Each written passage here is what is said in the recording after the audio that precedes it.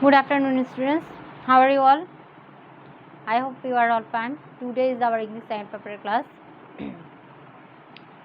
তো আশা করছি সবাই বই খাতা খুলে সামনে বসেছো। আর গত ক্লাসে আমি করিয়েছিলাম মডেলস ধরেছিলাম।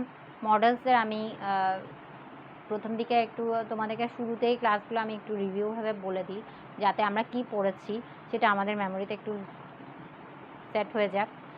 তো মডেলস আমরা যেটা ধরেছিলাম সেখানে কি কি পড়েছিলাম, ক্যান আর কিসের ব্যবহার পড়েছিলাম, মেয়ের ব্যবহার পড়েছিলাম। তো মডেল অক্সিলারিগুলো আমরা চেনার চেষ্টা করেছি। মডেলস অক্সিলারিগুলো কি কি ছিল? Can, could, may, might, shall, should, would, will, dare, need, ought to, be to, need to, use to, এগুলোর আমরা কয়েকটা নাম সম্পর্কে জেনেছিলাম। আজকে আমরা আরও কিছু ব্যবহার পড়ব।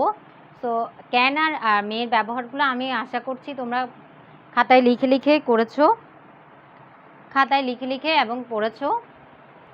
মেয়ে এবং ক্যানের ব্যবহার তোমাদের খাতায় আশা করি মানে লিখে পড়া হয়েছে।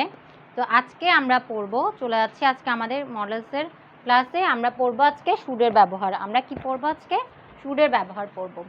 তো শুড দিয়ে বোঝানো যায় উচিত। হ্যাঁ, উচিত বাংলায় যেটা বলছে সেটা উচিতের ক্ষেত্রে। তো আমাদের ফার্স্ট যেটা আসছে, তোমরা একটু খাতায় লিখবে আমার সাথে সাথে। শুডের ক্ষেত্রে আমরা ডিউটি বুঝাতে, দায়িত্ব, যেটা আমার প্রথম রুলসের মধ্যে পড়ে ডিউটি। উই শুড, আমি এক্সাম্পল দিচ্ছি, we should obey our parents. We should obey our parents. আমরা আমাদের পিতামাতাকে কি করি? সম্মান করি, সম্মান করা উচিত।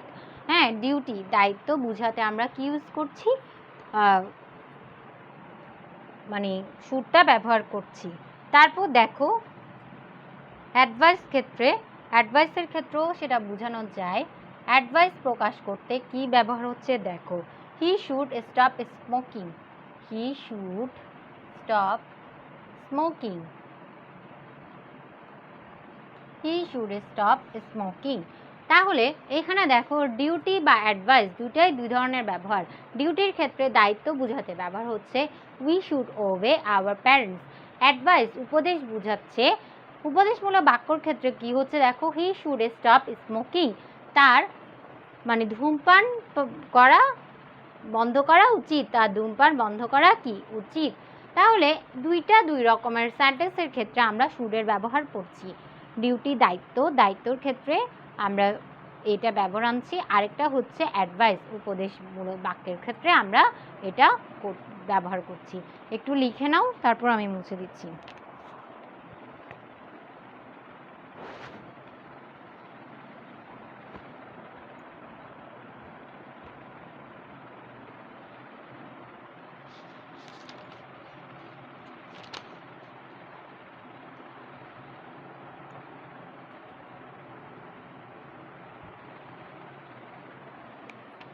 আশা করছি লেখা শেষ।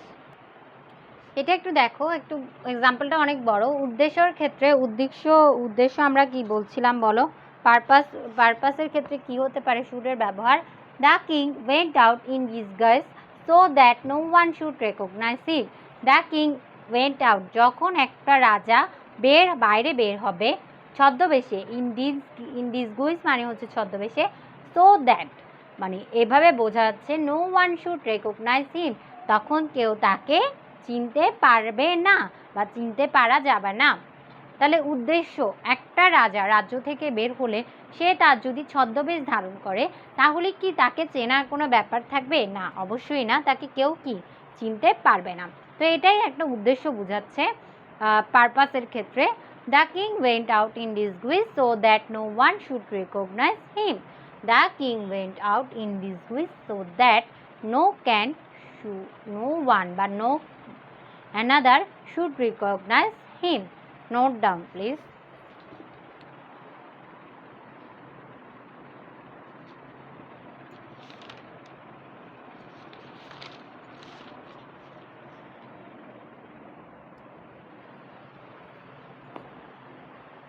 দেখো এখানে একটু স্ট্রাকচার কিছু রুলস আসছে। বর্তমান সময়ে অব্লিগেশন প্রকাশ। অব্লিগেশন মানে কি একটু বলতে পারবে কেউ? আশা করছি অব্লিগেশনটা মানে হচ্ছে বাধ্য করা বা বাধ্য প্রকাশ করার ক্ষেত্রে, বাধ্য করা বোঝাচ্ছে না, সেটা আশা করাও বোঝা যেতে পারে। বর্তমান সময় মানে প্রেজেন্ট টেন্সের ক্ষেত্রে অব্লিগেশন যদি প্রকাশ হয় তাহলে এই রুলসটা ইউজ হয়। Subject plus should plus be plus ভার্বের সাথে আইএনজি, ভার্ব প্লাস আইএনজি। এটা একটু মনে রাখবে। বর্তমান সময়ের অব্লিগেশন প্রকাশ করার ক্ষেত্রে subject plus should plus be plus verb plus কি ING. He should be reading now, তার এখন পড়া উচিত, তার এখন পড়া উচিত। He should be reading now, he should be reading now, but he is not reading, কিন্তু সে কি এখন পড়ছে না। আমি এখানে না বোধক দিয়েও একটা বুঝিয়েছি আর উচিত দিয়ে মানে শুড দিয়ে একটা ব্যবহার করেছি। তাহলে বর্তমান সময়ের অব্লিগেশন প্রকাশ করার ক্ষেত্রে subject plus should plus be plus ভার্বের সাথে আইএনজি যুক্ত হচ্ছে। He should be reading now, এখন তার পড়তে বসা উচিত, but he is not reading, সে কিন্তু এখন পড়ছে না। আমরা ইজ নটটা কেন এসেছি একটু চিন্তা করো। বর্তমান সময় প্রেজেন্ট টেন্সের ক্ষেত্রে অক্সিলারি ভার্বটা কি হিসেবে ইউজ করছিল? অ্যাম ইজ আরের সাথে মূল ভার্বের সাথে কি হচ্ছে? আইএনজি। এখানে আমি বর্তমান প্রেজেন্ট টেন্সকেও রেখেছি, শুডের ব্যবহারটাও কি করেছি। এটা একটু তুলে নাও।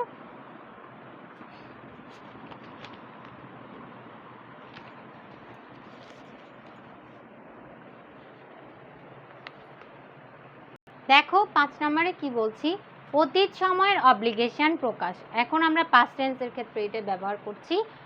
এটাও একটা স্ট্রাকচার আছে, subject plus should plus have plus ভার্বের পাস্ট পার্টিসিপল। আমরা কিন্তু পাস্ট টেন্সে পড়েছিলাম মূল হ্যাভের ব্যবহার থাকবে, হ্যাডের ব্যবহার থাকবে, কিন্তু পাস্ট পার্টিসিপল। কিন্তু এখানে একটা কোশ্চেন তোমাদের মনে হয়তো আসছে, এখানে কেন হ্যাভ আসছে? হ্যাভটা তো প্রেজেন্ট টেন্সে ইউজ হয়, কিন্তু শুড থাকলে অবশ্যই শুডের সাথে কি হবে? হ্যাভ হবে। শুডের সাথে কি হবে? হ্যাভ। শুড হ্যাভ প্লাস ভার্বের পাস্ট পার্টিসিপল। তাহলে he should have read sincerely, তার খুব মনোযোগ সহকারে পড়া উচিত। He should have read sincerely. তাহলে অব্লিগেশনটা আমরা আশা করছি দুইটা ক্ষেত্রে পাচ্ছি, একটা হচ্ছে প্রেজেন্ট টেন্স, একটা হচ্ছে past tense. Subject plus should plus have plus ভার্বের পাস্ট পার্টিসিপল। বাকিটা আমি এখানে ডট ডট বুঝাচ্ছি, আমার সেন্টেন্সের বাকি অবজেক্ট যেটা আছে সেটা বসে যাবে। তাহলে এক্সাম্পল হচ্ছে এটাই।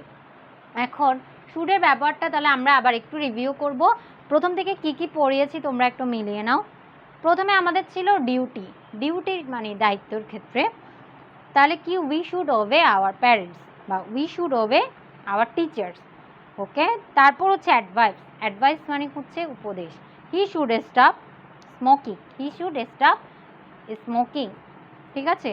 3 নাম্বার বলেছিলাম উদ্দেশ্য বোঝাতে। উদ্দেশ্যের ক্ষেত্রে আমরা বলেছিলাম the king went out in disguise so that no one should recognise him. 4 নম্বরে পড়েছি বর্তমান সময়ের অব্লিগেশন। তাহলে সাবজেক্ট প্লাস, আবার বলছি, subject plus should plus be plus ভার্বের সাথে ING, subject plus should plus be plus ভার্বের সাথে আইএনজি। তাহলে উদাহরণটা কি ছিল? He should be reading now, but he is not reading. তারপরে আছি অতীত সময়ের অব্লিগেশন। এখানের মধ্যে স্ট্রাকচার হচ্ছে subject plus should plus have plus হচ্ছে ভার্বের পাস্ট পার্টিসিপল, মূল ভার্বের পাস্ট পার্টিসিপল। বাকিটা যেটা আছে সেটা বসে যাবে। He should have read sincerely. তাহলে আমরা 5টা রুলসের স্ট্রাকচারগুলো খুব সহজেই লিখতে পেরেছি, আমি বুঝতে পেরেছি আশা করছি। এখন আমি পরেরটাতে চলে যাচ্ছি। পরের পয়েন্টটা হচ্ছে তোমাদের উডের ব্যবহার। উডের ব্যবহারটার পরে আমি নিড আর ডেয়ারটাতে তোমাদেরকে বুঝিয়ে দেবো। এটা একটু তুলে নাও। উডের ব্যবহার দেখো, উডের ফার্স্টে যে ব্যবহারটা আসছে সেটা হচ্ছে পোলাইট রিকোয়েস্ট। পোলাইট রিকোয়েস্ট মানে হচ্ছে খুব ভদ্রভাবে তাকে অনুরোধ করছে। তাহলে কি হবে? Would you post the letter for me please, ও মানে তুমি কি আমার জন্য চিঠিটা ডাকে দিয়ে আসতে পারবে? মি একটা রিকোয়েস্ট, মানে খুব ভদ্রভাবে খুব নম্রভাবে এই রিকোয়েস্টটা করছে। তাহলে এই ক্ষেত্রে আমরা ব্যবহার করছি would you post the letter for me please. 2 নম্বরে আছে অফার বুঝাতে। কোনো কিছু অফার করছে বা কোনো কিছু আমরা বলি না, তাকে আমরা জিজ্ঞেস করি, হ্যাঁ, পারমিশনও নিই না, অনেক সময় আমরা কোনো কাজ করলে তাকেও এটা জিজ্ঞেস করে থাকি, যেমন would you mind having cup of tea. ঠিক আছে, এই যে উডের ব্যবহারটা হচ্ছে তোমরা ডায়লগে শুড, ক্যান, উড এইসব ব্যবহারগুলোই আসলে দেখেছো। এইগুলো ডায়লগের ক্ষেত্রে বেশিরভাগ ব্যবহৃত হয়। Would you mind having a cup of tea. তাহলে প্রথমটা হচ্ছে polite request, would you post the letter for me please. Would you mind having a cup of tea হচ্ছে অফার বোঝাতে। তুলে নাও।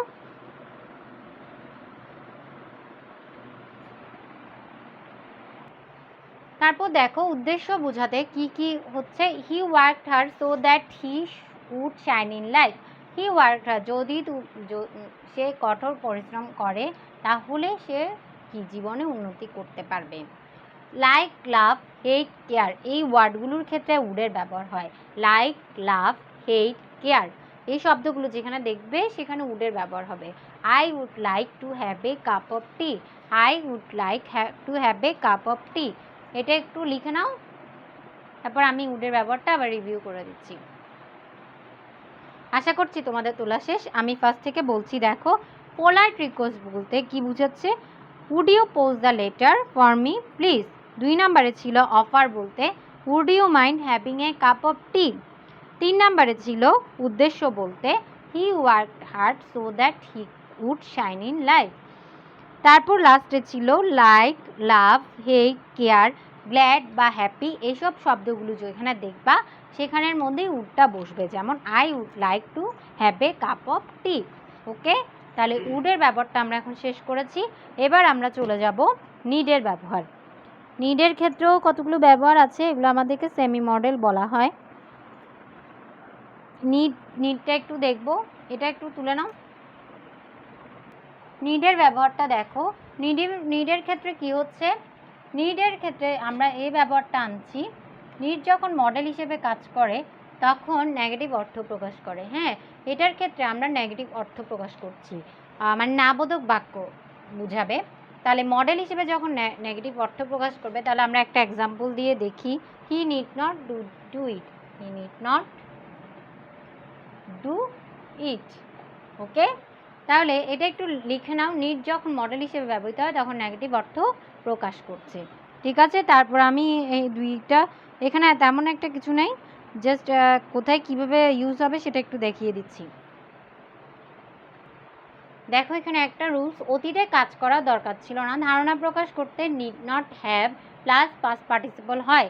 অতীতে কাজ করার দরকার ছিল না, কারণ কাজটা তখন অতীতে করার দরকার ছিল না, এমন যদি ধারণা প্রকাশিত হয় তখন নিড নট হ্যাভ এবং মূল ভার্বের পাস্ট পার্টিসিপল হবে। তাহলে এক্সাম্পলটা কেমন দেখো, you need not have gone there. Need not হ্যাভের সাথে কি বসছে, নিড নট হ্যাভের সাথে বসছে ভার্বের পাস্ট পার্টিসিপল, গো, ওয়েন, গন।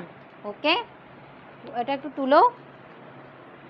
তারপর আমি পরে আরেকটা আছে লাস্ট ওয়ান, এখানে তেমন একটা রুলস নেই নিডের ব্যবহার ক্ষেত্রে। প্রেজেন্ট টেন্সের ক্ষেত্রে কিভাবে ব্যবহৃত হচ্ছে সেটা আমি একটু দেখিয়ে দিচ্ছি। দেখো প্রেজেন্ট টেন্সে সিঙ্গুলার নাম্বার নিডের সাথে কি যুক্ত হচ্ছে, অ্যাজ যুক্ত হয়ে এখানে ব্যবহার হচ্ছে। প্রেজেন্ট টেন্সে সিঙ্গুলার নাম্বারের ক্ষেত্রে, সিঙ্গুলার নাম্বারের সম্পর্কে আমরা পড়েছিলাম, সেক্ষেত্রে নিডের সাথে কি যুক্ত হবে, একটা অ্যাজ যুক্ত হয়ে প্রেজেন্ট টেন্সের মাধ্যমে এক্সাম্পলটা হবে। তাহলে এখানে কি হচ্ছে দেখো, হি needs to know the exact amount. He needs to know the exact amount. Okay, note down please. তাহলে দেখো আমি আরেকবার রিভিউ করছি নিডের ব্যবহারটা। আমরা দুইটি ক্ষেত্রে বলছি, নিডে যখন নিড কখন মডেল হিসেবে যদি ব্যবহৃত হয় তখন নেগেটিভ অর্থ প্রকাশ করে থাকে। তাহলে আমরা নেগেটিভ অর্থ দিয়ে নিডটাকে বুঝাচ্ছি। তাহলে অতীতে কাজ করার দরকার ছিল না এমন ধারণা প্রকাশ ক্ষেত্রে নিডের ব্যবহার হয়েছে। নিড নট হ্যাভের সাথে ভার্বের পাস্ট পার্টিসিপল হয়েছিল। তারপর হয়েছে প্রেজেন্ট টেন্সে সিঙ্গুলার নাম্বারে নিডের সাথে কি যুক্ত হচ্ছে, অ্যাজ যুক্ত হয়ে এটা গঠন করছে হি needs to know the exact amount. তাহলে নিডের ব্যবহার শেষ। এবার আরেকটা চলে যাচ্ছি, সেটা হচ্ছে তোমাদের লাস্ট ওয়ান আজকের ক্ষেত্রে ইউজ টু এর ব্যবহারটা পড়ে আমরা মডেলসটা আজকেই শেষ করব।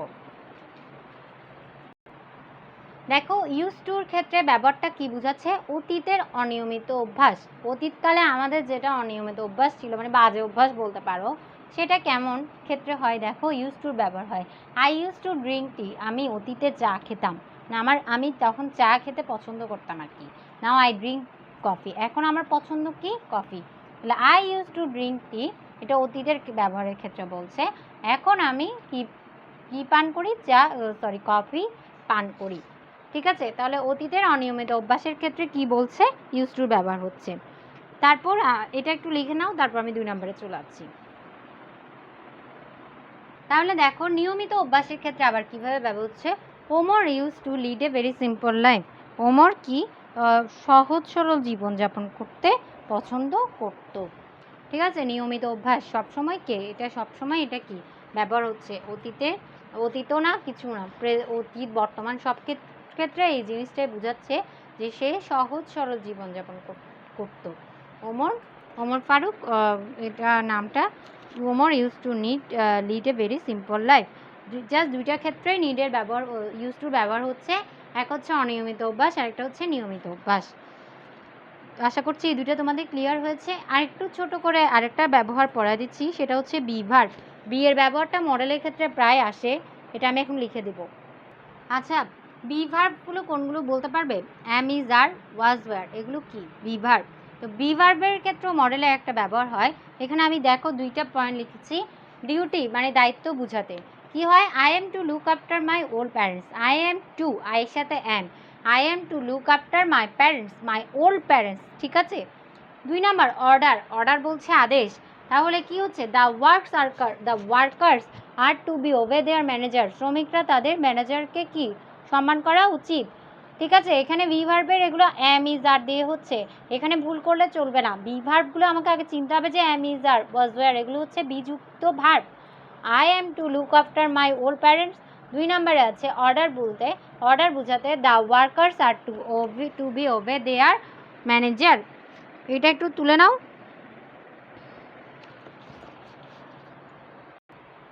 3 নম্বরে দেখো ডেস্টিনি বুঝাতে বা নিয়তি বুঝাতে কি হচ্ছে, he was never to see his country again. 4 নম্বরে বলছে অনুমান বুঝাতে, অনুমান করছি বা ধারণা তৈরি করতে, if it were to rain, যদি বৃষ্টি হয়, we would have cancel the meeting, তাহলে আমরা আমাদের মিটিংটাকে কি করব, ক্যান্সেল করে দেব। তাহলে বুঝতে পেরেছ বি ভার্বটা কোথায় হচ্ছে। আরেকবার রিভিউ করছি, দেখো ডিউটির ক্ষেত্রে বা কর্তব্যের ক্ষেত্রে কি হয়, I am to look after my old parents. 2 নম্বরে ছিল order, the workers are to obey their manager. 3 নম্বরে ছিল যেটা তোমাদের ডেস্টিনি বলছে, he was never to see his country again. 4 নম্বরে হচ্ছে অনুমান করতে, if it were to rain we would have cancel the meeting. তাহলে আরও একটা ক্ষেত্রে হতে পারে, এটা জাস্ট জেনে রাখো, সম্ভাব্যতা বুঝাতে, the pan was not to be found. আমি এই রুলসগুলো তোমাদেরকে তারপরেও গ্রুপে আরেকবার দিয়ে দিব। আশা করছি আজকে আমরা যেগুলো পড়েছি, একটু প্রথম থেকে আসি। শুডের ব্যবহার পড়েছি, উডের ব্যবহার পড়েছি, তারপর পড়েছি বি এর ব্যবহার, ইউজ টু এর ব্যবহার। ঠিক আছে, এই রুলসগুলো আমরা মডেলসে যা গত ক্লাস থেকে পড়ে এসেছিলাম সেগুলো ক্লাসগুলো তোমরা 3 বার করে দেখবে এবং প্রতিদিন রুলসগুলো তোমাদের মাথায় লিখে সেট করে পড়লে আর দ্বিতীয়বার দেখতে হবে না। পরীক্ষার আগে যদি তোমরা রিভিশন দাও তাহলে তোমাদের এক্সাম্পলগুলো করা কোনো কষ্ট হবে না। এখন আমি তোমাদেরকে হোমওয়ার্ক দিয়ে দিচ্ছি। আমি এখানে হোমওয়ার্ক দিচ্ছি, মডেলসের রুলসগুলো শিখে লিখবে। মডেলসে আমি ফার্স্ট ক্লাসে যেগুলো করিয়েছি, আজকে যেগুলো ব্যবহার করেছি, সবগুলো ভালো করে শিখে খাতায় নোট করে ফেলবে, যাতে এক্সাম্পল সহ তোমরা কি এগুলো করতে পারো। তো আমি এর পরের ক্লাসে যেখানে যাব সেখানে আমি এক্সারসাইজগুলো প্র্যাকটিস করাবো তোমাদেরকে। এক্সারসাইজ আমি কিছু করতেও দেবো, ক্লাসে আমি ভিডিও ক্লাসে আমি কিছু এক্সারসাইজ করায়ও দিব। তো আজকের ক্লাস এখানে শেষ করছি। সবাই ভালো থাকবে, বাসায় নিরাপদেই থাকবে, স্বাস্থ্যবিধি মেনেই তোমরা ঘরের বাইরে কি বের হবে, মাস্ক পরতে ভুলবে না। ধন্যবাদ।